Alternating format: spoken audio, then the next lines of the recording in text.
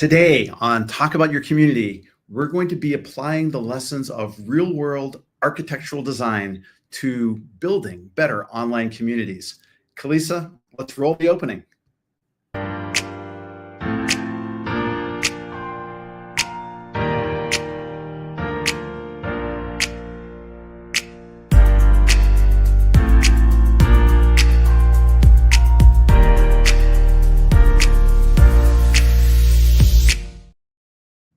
Good morning, good afternoon, good evening, wherever in the world you may happen to be. You've tuned in to Talk About Your Community, and I'm Todd Nilson with Clocktower Advisors, your host for this show, where we bring in a variety of perspectives from community builders and those in disciplines adjacent to this space. If you've been tuning in this year, we've had a variety of guests who've had experience in neuroscience, history, futurism, and we hope to have a lot more going forward.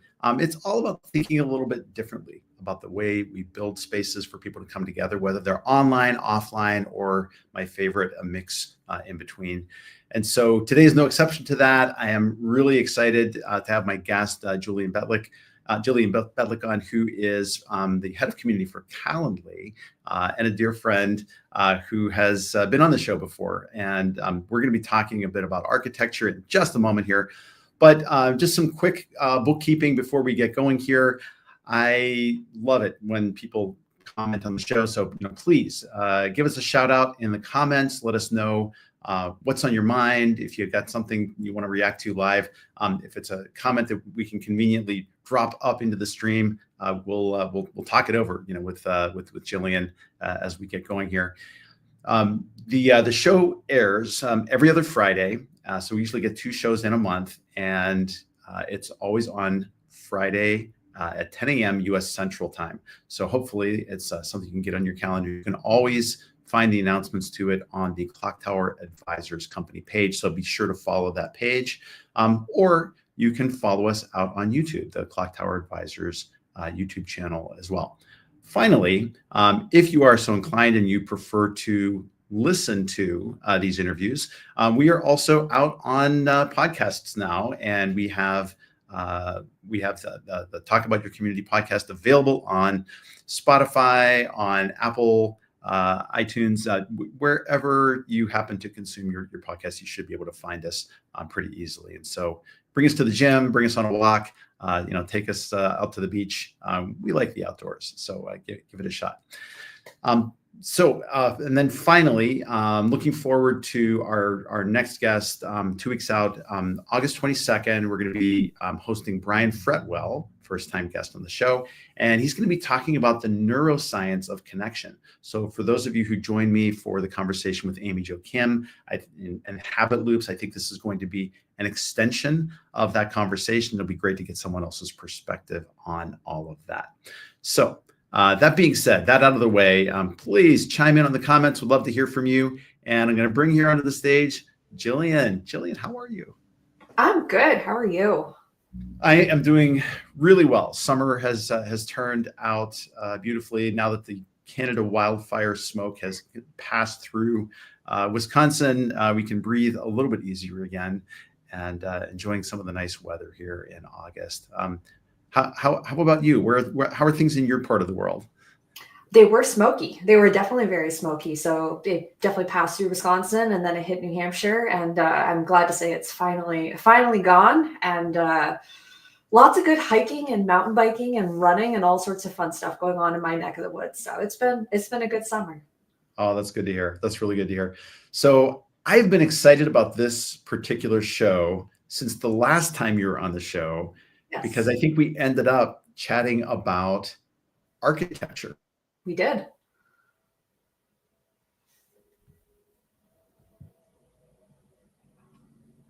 I think. Oh, there we are. You're back. Wow, surprise. That was a new one. Anyways, it's an amateur interest for me. It's something that I've always been really kind of intrigued by, even to the extent of like when I'm walking through like residential neighborhoods, I'm kind of looking at the house styles, the architectures, and saying, "Oh, that's really neat. That's sort of a fairy tale style place," or that's a Frank Lloyd Wright inspired, kind of design. Like I'm really intrigued by the ways that spaces are set up, and created. And so I know that's a nerdy topic that both of us love. And so it's a great opportunity to dig into that a little bit today. So I guess maybe to get started, what put you on the path of being interested in architecture? And then I want to start by acknowledging and congratulating you on the wonderful presentation at the Community Week event. Sadly, I didn't see it, but I know I got a chance to see your presentation a little bit ahead of time. Yes, yeah. So I will say, as far as the community-led event that was in London, I do believe the recording will be out at some point soon. I'll definitely share it, and it'll be on my LinkedIn and all that fun stuff. But as far as how did I end up on this path? Ironically, community was an accident. Architecture was not. So architecture was actually a plan.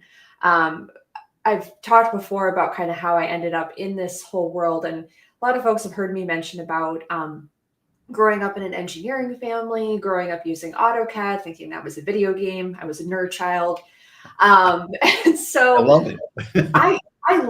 I love drafting. Like it brings me great peace and joy, which is very strange for someone to say, but anyways, that's what happened. And so when I was a high schooler, trying to figure out what I was going to do with my life and all that fun stuff, I kept finding myself going back to drafting, and going back to really kind of like working with spatial environments. And unshockingly, I ended up going to college for architectural engineering. And this is kind of a weird area to be in, because a lot of times when someone says architectural engineering, they think, oh, you're a house designer, you're a building designer. And the reality is that architectural engineering is a very different space, because it is actually the science and the physics and the materials that make a building stand or make a structure stand. I've taken more physics classes than anyone should. Like I can tell you everything about cantilever buildings, the slope of roadways, bridges, everything like that. And I really loved it. And what was funny about going to school for that, though, was that I found out I'm a horrible artist. I'm actually a terrible artist, but I'm a great mathematician when it comes to architecture. I love patterns. So that was kind of like phase one of it. And then I did get into community, and I couldn't escape my love for design and for architecture. And so I actually ended up going back to school again, this time for a degree in interactive design technology. So I took the physical architecture space, and now I went into the digital side of it and was learning about design and usability, UI, UX, functionality, focus groups, things like that.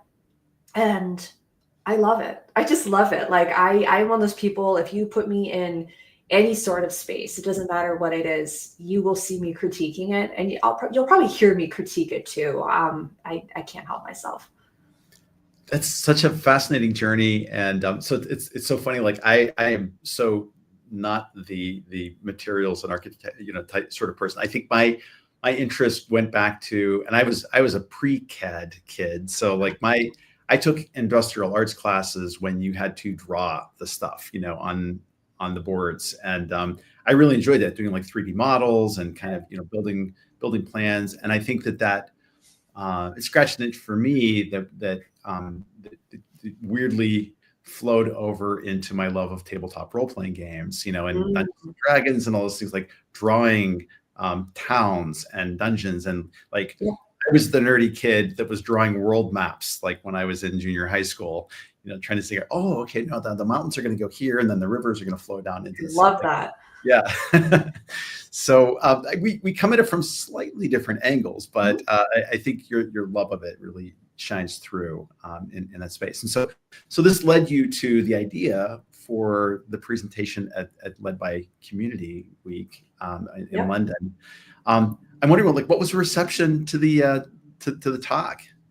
It went really, really well. I'll say I was a little bit nervous because, I've been in the community space for a long time now.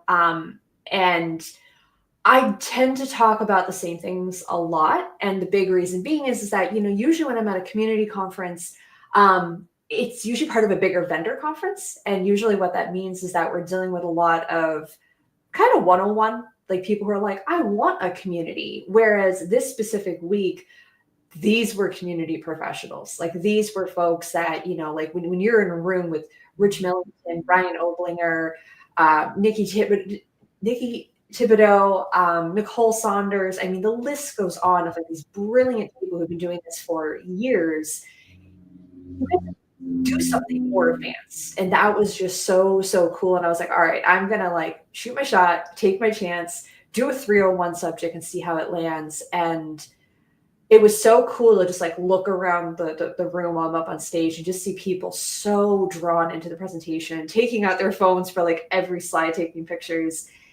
But the part that got me was that afterwards, people kept coming up and saying, I've been thinking about your presentation. I mean, this happened like the entire time I was in London. People came up, I've been thinking about your presentation. And they would answer the question that I wrapped the presentation with.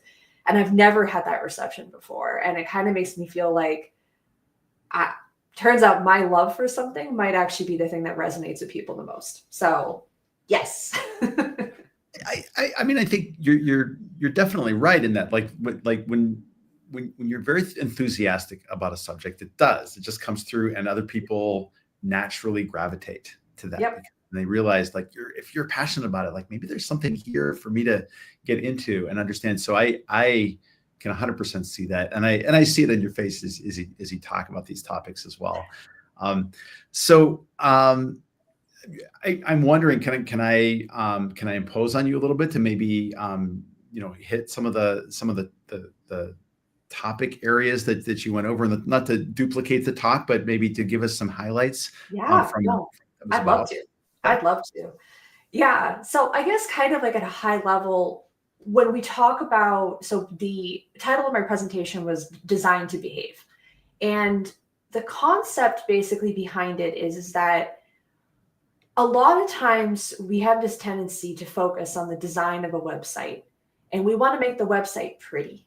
We want it to look modern and on trend and all these other things. And that's great. There's really no problem with that. We see the same thing in architecture too. I mean, it's really funny to see the trends come and go all the time. And you're like, okay, yep, that's happening. But have you ever had that situation where you've walked into a building, any building, or you've opened up a website and you've just gone, this feels good. Like, yes, totally. Yeah. And you kind of stay at this moment, you're like, why am I feeling what I'm feeling? Like you actually try to untangle it for a moment. Yeah. And that was what this presentation wanted to explore, was why are we feeling that? What is the psychological driver? And why is the response for both physical and digital the same? Because your brain is telling you it shouldn't be. You shouldn't be feeling the same way about a fantastic, cozy restaurant as you feel about a just really well-designed, functional website. You know what I mean? I totally do. So I had that experience recently. There was a redesign of a middle school here in our neighborhood. And so I was part of a business association group, and we did a tour of the building. And it was very interesting walking through the building. Like, I mean, they didn't redesign anything, really kind of some cosmetic things about the inside of the building. But one of the really pronounced effects was we were walking from, through a hallway into another section of the building that was dedicated to, I forget, like the sixth graders and younger. And as you walked into the space, the color scheme changed to sort of like this sage green color. Yeah. You entered into this open collaboration area with like flexible, you move the furniture around, just the elements of the place. Like I was with a group of about 20 people, and everybody, as we went into the space, we all almost like collectively went, there was just this nice moment. And like architecture can do these really visceral things to you, and that's okay, arguably a little bit internal, design, but they did redesign that space so that there was a central hub area and then these smaller niched areas off to the side, which was really intriguing to me, because I was sensitive enough to it to say, what happened here? Like, why did I react to it in this way? Yeah, exactly. So yeah, that was kind of like the concept behind it. And it was interesting because, I don't think a lot of times like we know what words to use for it. And that was kind of like really, I don't know what word to actually use for it, but it was kind of like that crux of the presentation of like, here is the thing, here's the word when you're trying to talk about it. And that was kind of all around the concept of flow and boundaries and affordance and visibility and hierarchy. These are words that we use in physical architecture. And it's really interesting. I mean, to kind of give you like an example, there is this visitor center in the White Mountains of New Hampshire. So you're driving up 93 North, you get off at exit 32, and there is this visitor center.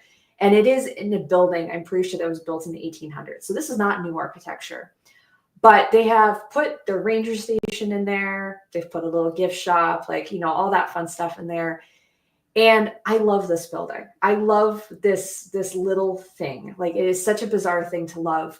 But a lot of times when I'm designing my communities, I think about this visitor center because I've been walking to this visitor center my entire life. So we're talking almost 40 years at this point.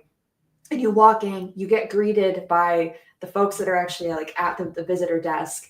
If you have a question about something having to do with the White Mountains or safety or trails, the rangers are standing off to the side at their own desk. Like, it's just such a beautiful like launching point. And the flow into that building makes perfect sense. You have a really good idea of what type of questions you can ask, which is kind of like your boundaries and your affordance. And I just think it's really cool. So if you want to brush, bring up that slide, so me kind of like talking about these words, like I'll show everyone what I'm talking about. It's a really good idea. Yeah. So this is the slide you're talking about? Yes, this is the slide I'm talking about. So these are kind of the four main architectural principles. The first one being flow. Flow is basically when someone enters into a space, whether it's digital or physical, it's how they move throughout that structure. To give you an example here of kind of where this is a bad thing, or if you don't have flow, it's bad. When we all got into London and we were trying to get over to where the conference was, no fault of the conference, we could not find the bus stop. We had to find bus stop station X or bus stop station F. We couldn't find it because there was like a little bit of flow, and then they just dumped you into the middle of a 4-lane road and you couldn't find anything. And so if you don't have flow, that could be a really, really bad thing. Boundaries, which is like the dividers between spaces. And that's actually, Todd, what you were just talking about is like when you got into that 6th grade space, there was actually a both a physical and then a psychological boundary that said you are somewhere different. You are in a different space. They had changed the colors of the wall. They actually changed kind of what the function was of that space. Affordance, which is kind of what that space is designed to do. Like, what actions does it enable? I love the fact that you mentioned about having the furniture be movable. That's a great example of that, where it's flexible. It allows people to adapt to the space. And then visibility and hierarchy, which is allowing people to see what they're supposed to see, which sounds limiting, but actually can be incredibly freeing when you're not just walking around a building lost or walking around a website lost. I really love these. And as you're kind of going through each of them, it would be nice to think about them in terms of how these are expressed digitally as well. Yep. So I recall there was I'll call it a semi-immersive VR space platform that I was in. And this was one of the experiences that made me start thinking architecturally about websites. As I was onboarded into this virtual community setting, it was a 3D map that I was put on, basically. Yeah. But I was flowed into an area where there was kind of like it was sort of like a greeting lounge. Like there was a virtual couch in the area. There were a couple people over by it, but to get through this area to the main area, I had to cross the room and go into like another hallway. And then it opened up into the rest of the building. But as a newcomer, I had to come through this space. And as I'm walking through, I was wearing headphones on, and I directionally heard somebody say, "Oh, hi, Todd. Welcome to the space." I was like, "Whoa, this is so cool!" It got me thinking. Like, so many of our community experiences are built on text-based interactions, but I feel like like future perfect world, like we may have more of these actual virtualized space experiences rather than necessarily just all text all the time. It's a little more visceral. It's a little more connected. It is, yeah. And I think it's interesting too, because, we're seeing a lot more areas across the world where cities are actually focusing on collaboration and innovation spaces. And that's where you start seeing that merge of digital, physical, and then even augmented, which I think is really cool. Like, I think that's an amazing combination of spaces. I will say, I think a lot of people get kind of intimidated though when they start hearing that, because they're like, oh my gosh, now I need to do this and this and this. And it's like, no, you don't. And I mean, just to kind of give an example, when I talk about these architectural principles from a example from like digital, if you think about something like msn.com, okay, that's bad. That's a bad flow. That's bad affordance. That's bad boundaries. Like that website, as long as msn.com has existed, I don't know what they're doing over there, but there is no architectural principle at all. Like I can't even think of a physical space that's I mean, I don't know, maybe like New York Times. New York Times is MSN. There we go. There is our overlap of spaces. But then like spaces that do it well. So for instance, like the Metropolitan Museum of Art in New York City, their website is incredibly simple, but it's so darn effective because they know what your most likely behavior is when you visit their site. It is you want to plan your visit. And interestingly enough, when you show up at the museum, it's the same thing. It's you're here. Now let's get your visit underway. And I think that is just really cool because it's nothing complicated. Like it is truly like if you go to their website, the first thing you see, like right in the middle of the page, plan your visit in just one little box. And it is so effective. And a few years ago, I was actually planning my visit with my mother. And that's exactly what I did. I clicked that button. It told me what was open, what wasn't open, how to basically find the exhibits I was looking for. Amazing. Just amazing. So a couple of weeks ago, we had Amy Jo Kim on, who talks about journey design in a lot of her work. And I had a chance to take her masterclass pretty recently. And she talked about those as job needs. Like, these are things that people need when they come into a given space, like whether it's your product or whether it's your community or whether it's your physical space that you have. Like they clearly talked to and paid attention to what people wanted when they come to that site. And so that seems to be such an essential thing. I don't know the extent to which architects talk to people that are going to be using a space as they're designing it, but I mean, I think it's certainly something that we've come to as maybe a best practice in online community design these days. At least talking to 7 or 8 or more people who are likely to have a strong need for the kind of community experience that you're creating.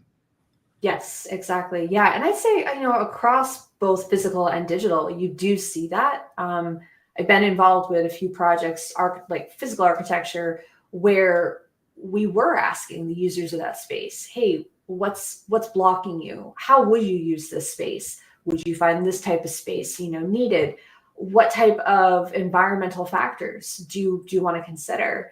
Things like, do you use carpet or do you use tile? Do you need sound deadening? Do you want light colors, dark colors, windows, artificial light, all things like all sorts of things like that. I think it's really interesting.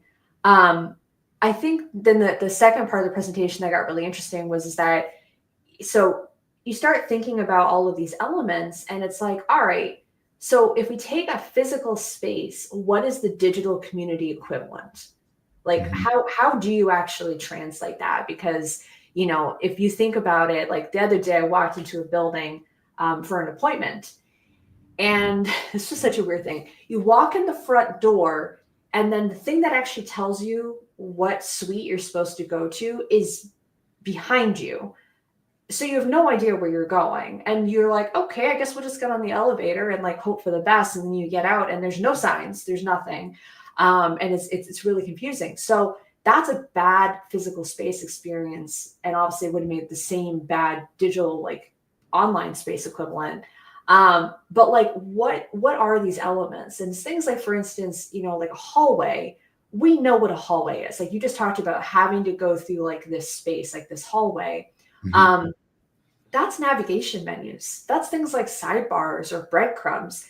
They are elements that actually help you transition from one space to another. Or for instance, signage and maps. I think a lot of times we forget about these, like how effective when you are in a physical space, having something that says entry this way, exit that way, help desk this way. We tend to forget about that, and we actually forget to put those in our digital spaces. And when you do that, it really means that people don't know how to orient. They don't know what the expectations are. That's when you start seeing, like communities going rogue. You always hear about that happening. Like, community says, oh, we launched our community. We don't understand why people aren't behaving the way we wanted it to. Yeah. And I think Yeah. that's kind of actually the heart of this conversation is that you can take a physical building and basically transform it into your digital environment and control and influence how people behave using the exact same elements, which I think is so darn cool. I would love to just kind of riff on that for a moment with you if you're open to it. So like Always. one of the things that I always appreciated about the architecture of Frank Lloyd Wright Mm, uh, was how he handled entry yes. spaces. And I've been thinking about like how do we translate that idea to online community onboarding experiences and how Yep. we build that, because I think for those of you who aren't nerdy about Frank Lloyd Wright, around here, one of the things he does, there's actually there's a Frank Lloyd Wright home here in Two Rivers, Wisconsin, that I know the owner and have helped them with their website design and all that. But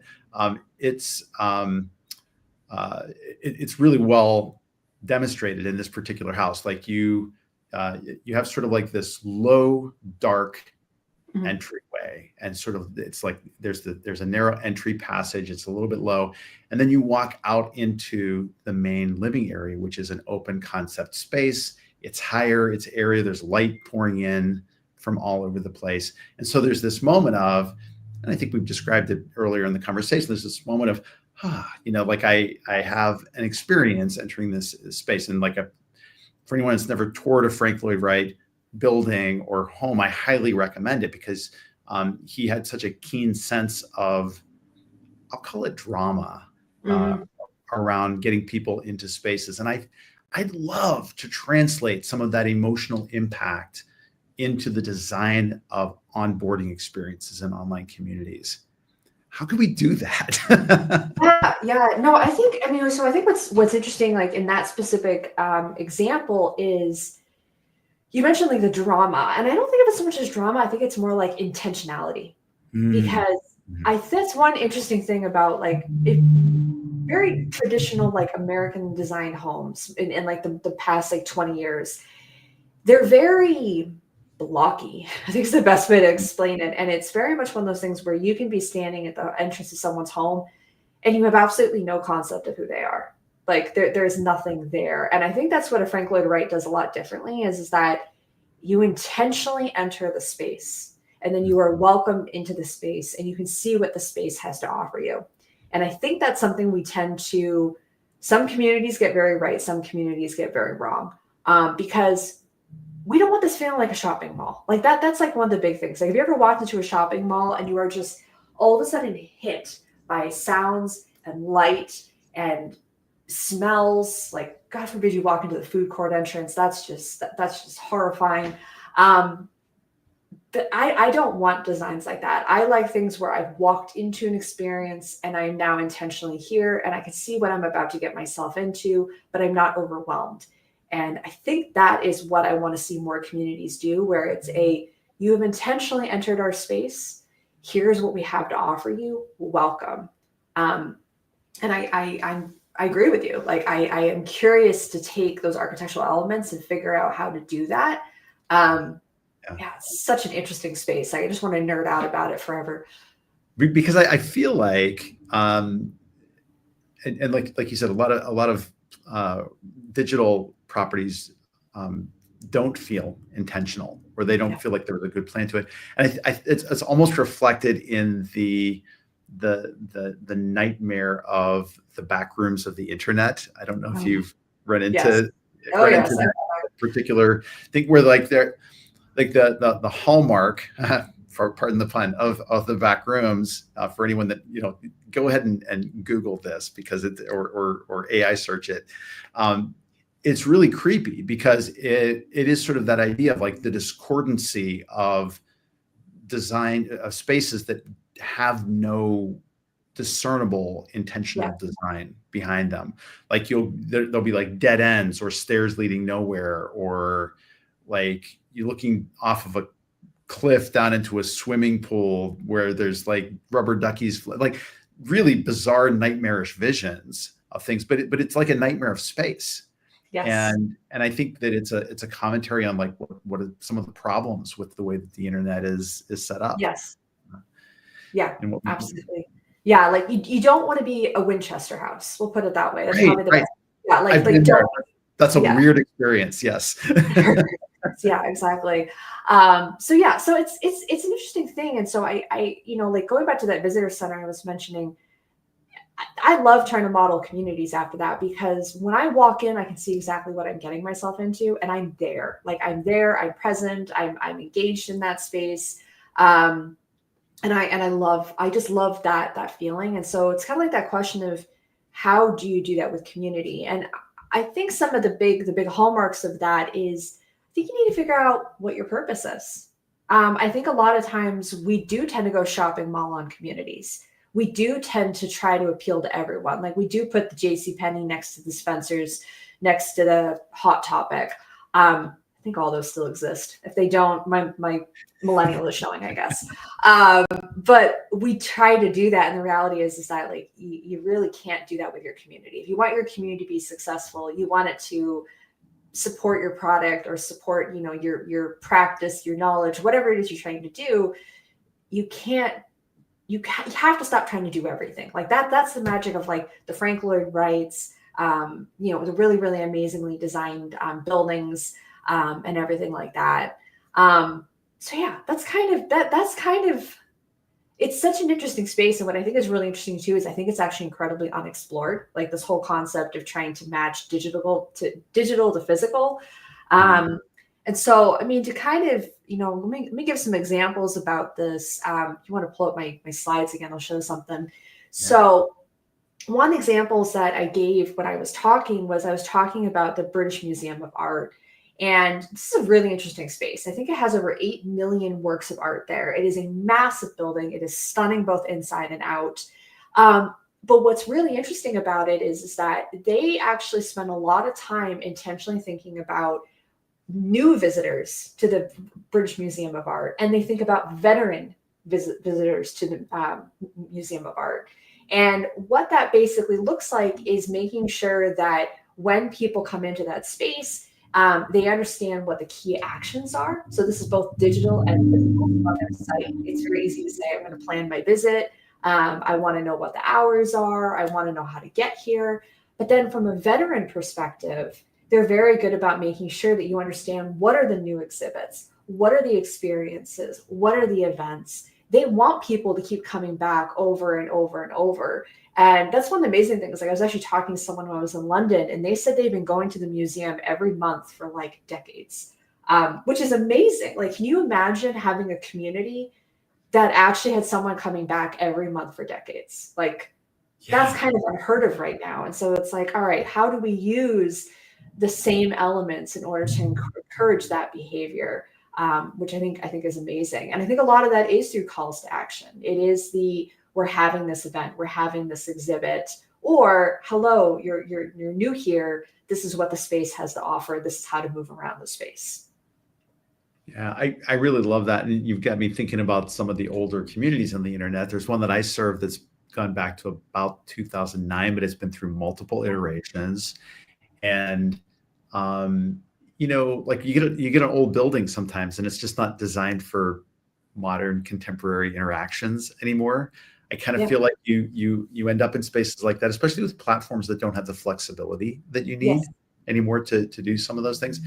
And we haven't really talked about community platforms as types of buildings, but I am very curious if you have any hot takes on things I like do. Slack or Gainsight or Higher Logic or any of the players that we know about and like. Oh yeah, you've got a whole section. Yeah, actually a slide on this because I think it is important to talk about this because first off, I will say I think that you can take almost any platform and find a way to make it work for you. Like that's the same thing with architecture. I mean, you see lots of like little towns and everything like that who don't have the budget for a new building and they find a way to make the building work. And I think community platforms are very similar. But I do think we have to be intentional about how we use those and trying to work within our means. So, for instance, like Reddit, I love Reddit. I'm just going to say that. Like, I think everyone is either a Reddit or a Discord. I'm a Reddit through and through. I love it, but it's a very rigid hierarchy. There's a lot of voting mechanisms that actually control what you see and when you see it, and there's a very much like a lot of like deep niche knowledge in there. The other thing I love about it is that it's a very low barrier to entry. I wouldn't say I'm completely a lurker on Reddit, but I am a heavy lurker on Reddit. I read, like, I was actually going to pull up Reddit and like use as an example. And then I saw like my sidebar with like what I read recently. And I was like, no, that's just too much weird stuff. No one needs to see what Jillian's reading. I click on everything. I don't know. But anyways, the point being is that it's a very easy space to kind of walk into unseen, grab whatever it is you need, and then to kind of like back out. And I kind of liken it a little bit to a library. I don't know about you, but like I've often walked into a library and actually managed to digitally check out a book without even talking to anyone. And I kind of love that sometimes. Like I think that's important to be able to have that experience. Discord, on the other hand, is very free form. It's very focused on live chat. There's a lot of chaos going on. It's very real time interaction.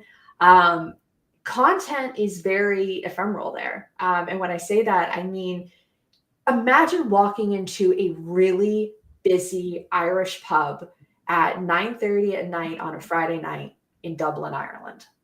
That's Discord. Mm-hmm. That's Discord. It's straight chaos. Literally and figuratively, right? Yeah, I was like, whoa, it's a lot going on. And like, yeah, you might gain some little nugget of knowledge out of it, but it is straight chaos. Like my husband uses Discord a lot for some of his personal interests. And every time I look on his side screen and I just see like this huge wall of text just kind of like constantly updating, and I'm like, bring me back to Reddit. I'm good. Yeah, thank you. Me out. I think I'm with you. I would lean on the Reddit side of things. Yeah, for sure. Yeah. It's just like, it's funny. Everyone's like one or the other. But then, the third one is those custom design platforms. And these are the Gainsights, the Mighty Networks, the Circles, the Vanillas, the Higher Logics, the list goes on and on. And these are a lot more focused on structured onboarding, topic-driven navigation. And what's interesting about these is that they tend to have those guided paths. So this is where if you are someone where you're like, I am trying to build a Frank Lloyd Wright, not a shopping mall, you are probably going to go with one of these custom platforms. Whereas, let's say, for instance, you are designing a forum talking about photography across all types of cameras and all types of film types and everything. You might like Reddit. Reddit's great for that. Like you don't need to have that specific onboarding experience because it's meant to be slightly chaotic and more about just like finding a random nugget of knowledge and having fun with that. So I do think that these really impact. And then, I mean, custom, you could break down even more because a circle does not behave like a Gainsight. Gainsight does not behave like Discourse. They're all different platforms. Right. Different types of buildings in different places. Yes. And so I'm curious, like you're and this is just kind of like a side opinion on this, but I spend a lot of time thinking about like how people will apply the name of community to social media platforms, to large social platforms like LinkedIn or X or Instagram, TikTok. like my contention is those are not places that are fit to purpose for community building. That they are maybe entries to community. They are maybe like, I don't know, maybe they're even like what you would think of as like the vestibule to a church. Like before I come into the main, space, the main worship space, like the external room is really for just kind of getting acquainted, seeing like, oh, do I really want to go in? How do I meet a few other people? But those interactions that are happening in the vestibule are maybe a little bit more transactional, ephemeral. But I'm really going to do the deep spiritual thinking when I go into the dedicated space. Is that an apt metaphor, or am I? I think it is, because it's what's interesting about it. Kind of going back, this is like going back so many years, but there was the initial definition of kind of like what is online community, and it was around spaces that have shared experiences, shared behaviors, and shared artifacts. And I still think of that as what community is. And you can definitely have spaces, like, for instance, I would never call a shopping mall a community. Shopping malls are not communities. They are part of a community. They are like an element of a community, but are not the community themselves. Whereas a church, a school, a local mountain biking group, those are communities. And what's the difference is they have those shared experiences and those shared artifacts and those shared behaviors. And so I think that also, when you think about how you're designing your community, how you're designing your building, do you want people to have shared experiences? Do you want them to benefit from shared artifacts? If the answer is no, that's not important, then you're not designing a community, and that's okay. Like, that's totally fine. Like, the internet needs those too, and buildings need those too. But it's kind of a matter of like figuring out which one is which. And that's what's so fascinating about all this, is that there's a lot of intentionality that I think people are forgetting. I think a lot of times we get so wrapped up in the colors, the fonts, what is the border padding or whatever on websites, and that's really not important at the end of the day. Yeah, no, absolutely. So, Jillian, I can't believe we're almost through the hour here, but I really appreciate all the perspective you're bringing to digital community building from the world of physical architecture. I know that you recently were on another show that was run by a friend and colleague, Seth Ressler, called the Bad Community Advice Show, which and on that show you talked a little bit about the importance of lurkers, in community spaces. I'm wondering if we can maybe combine these two things. Is there what kinds of things can we do to make lurkers feel welcome?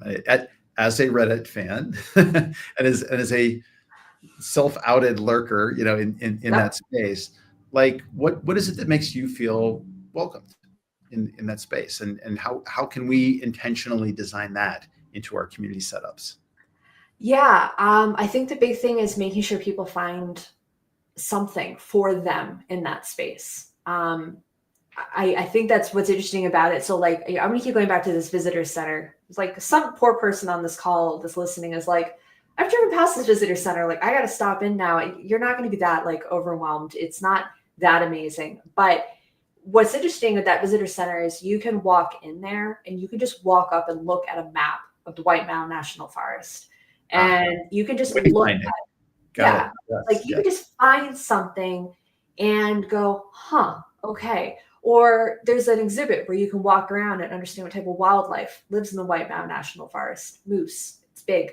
Things like that. And I know that doesn't sound exciting, but it gives that person value. And when you find value, there's more likely you are going to engage that community in the future.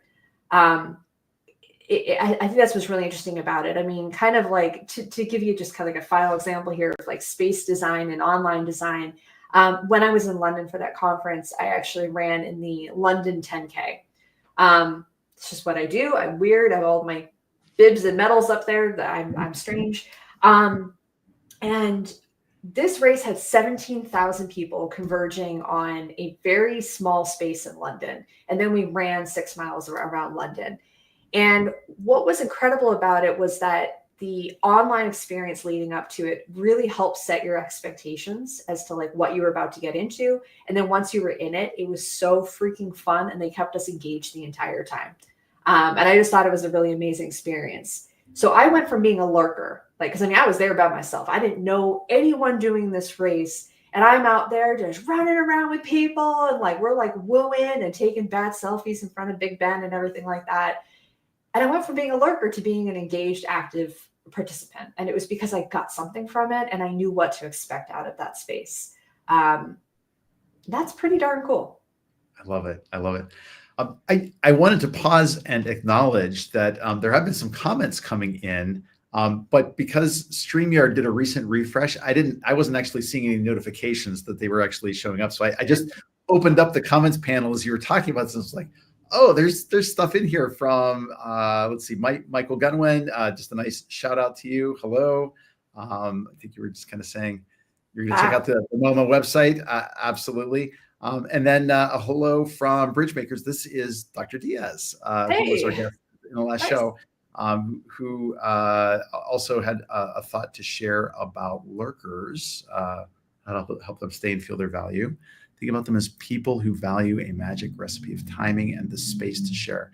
I love that. Yes. Yeah, absolutely. Yeah. The other thing that's so crazy about lurkers, by the way, I just love this, is like, a lot of times when you see lurkers, it actually helps you figure out where to go as another lurker. Like I went to the Vatican Museum, which has a lot of lurkers. There's a lot of lurkers there. And it was kind of cool because it was like, there's a group of people walking that way. Let's go that way. And you have no idea where you're going. And suddenly you end up in like the Sistine Chapel and you're like, cool. So yeah.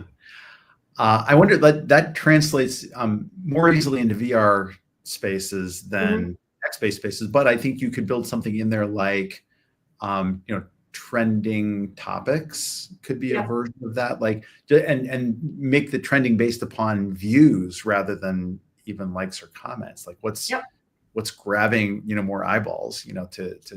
Absolutely. Really, really interesting. So as we're kind of winding down here in the conversation, I feel like we could go on for hours with this. This is just a passion topic for me. And as I can tell, it is for you too, obviously. I guess this is a question I ask all my guests lately. If there was one term or buzzword or jargon piece that you'd like to banish forever from our lexicon, what would you wave your wand and get rid of? Oh God. This could sound bad, but honestly right now, AI agents. I just want to ban the term AI agents. Let's just call it what it is. They're AI robots. They're not agents. Agents are people. That's driving me absolutely batty. And I feel bad. There's probably going to be some people I know out there that like are really working the AI space and they're like, oh, I'm wounded, Jillian. But sorry, folks, AI agents, make them go away. Call it something else. I love that. And I think that it dovetails with what we were saying about just sort of misapplications of the word community as well. Yeah. I think we need more precise, more intentional language around the things that we do and use online. And, and so the point well taken there. That's really good. Yes. And then another question that was on my mind, because this came up in your conversation with Seth, is what wines do you like right now? What are you drinking? What do you enjoy? Oh, so I've actually just recently started a wine certification. Oh, neat! Wow. I'm going to be drinking a lot of different types of things, but what am I enjoying? Geez, all sorts of red wines. I am like just having a blast, just like exploring. And the funny part is I'm using a lot of communities to help me explore and learn, which I love, both physical and digital. Sure. So yeah. All right, I got one question for you, and it's a question for the entire audience. And if you're not going to answer it right now, you have to find me on LinkedIn and answer it, which is, given everything we've talked about, if your community was a building, what type of building would it be? And is that intentional? Yes. And you can't say community center. You can't say community center. That's cool. That's cool. I think one of the communities that I'm working in right now would be a slightly aging government building that has some locked doors, and you wish it had a few more amenities than it does, but it's doing the job at the moment. I love that. I had someone actually come up and tell me, they're like, mine is a Cold War archive room. And I was like, is that intentional? They said, no, we're working on it. I was like, all right, good to know. But yeah, so no, for everyone else watching this, whether you're watching it now or if you're watching the recording later, find me on LinkedIn and tell me what your building is. I'd love to hear. See, someone just said a Hobbit home connected underground to a network of other Hobbit homes. Oh, and an underground waterfall. Okay, I want to go hang out there. That sounds great. That sounds like a nice place to hang out. I really like that. I do think there's an interest and sensitivity to architecture spaces that continues to emerge. Like I haven't seen it yet, but I'm really eager to see the new Fantastic Four movie, because it's like the Baxter Building is a character really in that story, and it's all designed with mid-century modern futurism, in the design, setup. Really cool, stylized, sort of space. I don't know what it says about us right now where we are, but I'm always looking for examples of architectural sensibilities. It's like they're just movies that pay attention to that and like use space as a character, in the story. It's always really kind of cool. Jillian, this has been amazing. So much fun to have you back. Come back anytime you want to talk about this or any other topic, of course. Really, really love it. If someone wants to get in touch with you to nerd out more about this or other topics, what's the best way to get? LinkedIn. I will pretty much say yes to any like reasonable LinkedIn connection request, especially if you kind of mentioned that you heard me talk. But yeah, always feel free to hit me up on LinkedIn, send me a connection request. Feel free to grab some time in my calendar. I'll always share my Calendly link. And I love chatting about this stuff. And if there's any way I can help, any questions you have on kind of applying physical architecture to your community, let me know. I will gladly nerd out with anyone. Yes, I love it. So Jillian, thank you for being on the show. And for those of you who stayed with us through the hour, thank you for sticking around. As always, if you are moved to comment, I try to reply to each and every person who chimes in here or over on YouTube. Always appreciate shares, subscribes, and even likes. They're nice too. Thank you again, for tuning in to the show. We'll be back in 2 weeks on August the 22nd with Brian Fretwell, talking about the neuroscience of connection. It's going to be a fascinating topic, and I think one that will have some great practical applications to the community building work that all of us do. And in the meantime, please take some time away from your screen, get out into nature, take a walk, breathe in the air, provided that it's not heavily polluted by Canadian wildfires or other wildfires. And we will see you back here very soon again. Jillian, thank you again. Have a great weekend. You too. Thank you.